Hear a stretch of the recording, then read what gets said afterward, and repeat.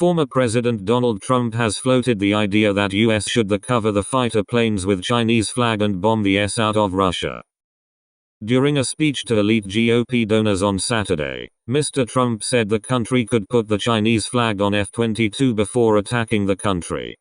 And then we say, China did it, we didn't do it, China did it and they start fighting with each other and we sit back and watch, the former president said, musing the audience, according to the Washington Post.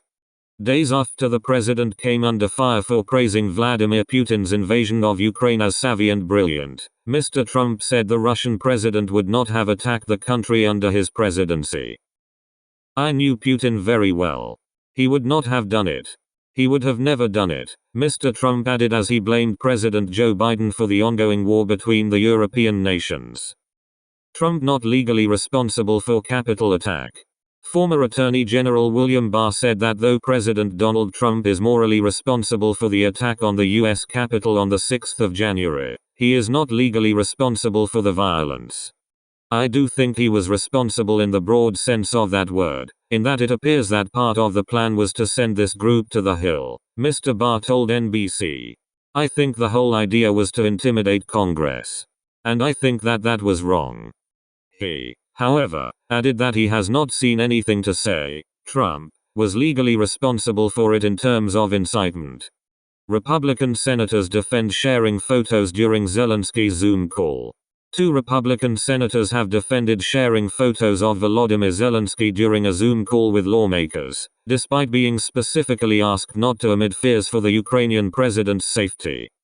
Florida Senator Marco Rubio and Montana Senator Steve Daines came under fire on Saturday when they both posted screen grabs of Mr. Zelensky just minutes into the virtual meeting, where the president pleaded for the U.S. for more help in defending Ukraine from Russia's attack. Reports Rachel Sharp. Senators Marco Rubio and Steve Daines came under fire for posting screen grabs of President Volodymyr Zelensky just minutes into a Zoom call after being asked not to by Ukrainian officials for security reasons. One person arrested over security breach at Joint Base Andrews. Officials at the Joint Base Andrews arrested one of the 2 intruders, one of them armed, who caused a security breach at the military base on Sunday shortly after Vice President Kamala Harris and several cabinet members reached there. At approximately 9 p.m. today, one vehicle drove through the security checkpoint and failed to adhere to commands of security personnel at the main gate on Joint Base Andrews, Maryland, officials from the military base said in a statement. Confirming the arrest of one of the intruders, officials said, the 316 Security Forces group immediately deployed the barriers and stopped the vehicle. 2 individuals fled the vehicle, and one was apprehended by 316th SFG. 2 individuals fled the vehicle, and one of them is still at large, say officials. Local news anchor shuts down Matt Gaetz's false election claim. A local television anchor in Florida shut down Representative Matt Gaetz on Friday over his claims of electoral fraud during the 2020 presidential election. So you're still maintaining the 2020 election was stolen? Are we still going with that? Where ABC3 anchor Bob Salasky asked the Republican on Friday, as their conversation was broadcast live. Listen, Mr. Gaetz replied. I believe that Donald Trump won the 2020 election. I believe that he won the Electoral College. Mr. Salasky, standing directly in front of the congressman, interrupted him. You can't say that without saying there was a gigantic conspiracy across this country in supervisor of elections offices to make this happen, and we haven't still seen any evidence that proves that, he said. Mr. Gaetz responded that there was evidence of voter fraud, but judges just didn't have the courage to take it up. So you're still maintaining the 2020 election was stolen? Are we still going with that? Asked Where ABC3 anchor Bob Salasky. Trump says Putin was a friend of mine. Donald Trump was recorded describing Vladimir Putin as his friend in a bizarre phone conversation with pro golfer John Daly. You know, he was a friend of mine, the former president told the athlete on speakerphone as recorded in a viral video. I got along great with him.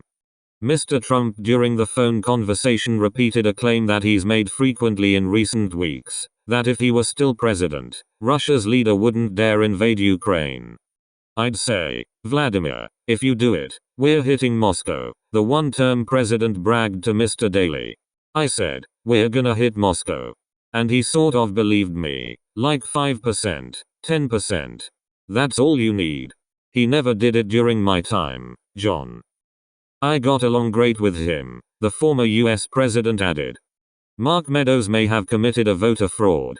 Former White House Chief of Staff Mark Meadows may have committed voter fraud, according to a report by The New Yorker.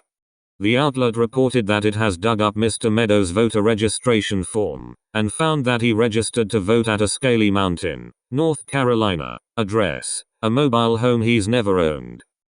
For his place of residence, Mr. Meadows reportedly put down the address of a mobile home he's never owned. Bomb the S out of Russia.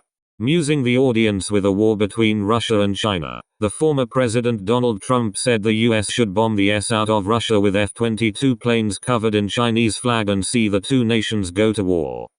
And then we say, China did it, we didn't do it, China did it, and then they start fighting with each other and we sit back and watch, the former president said while musing the GOP donors in New Orleans on Saturday.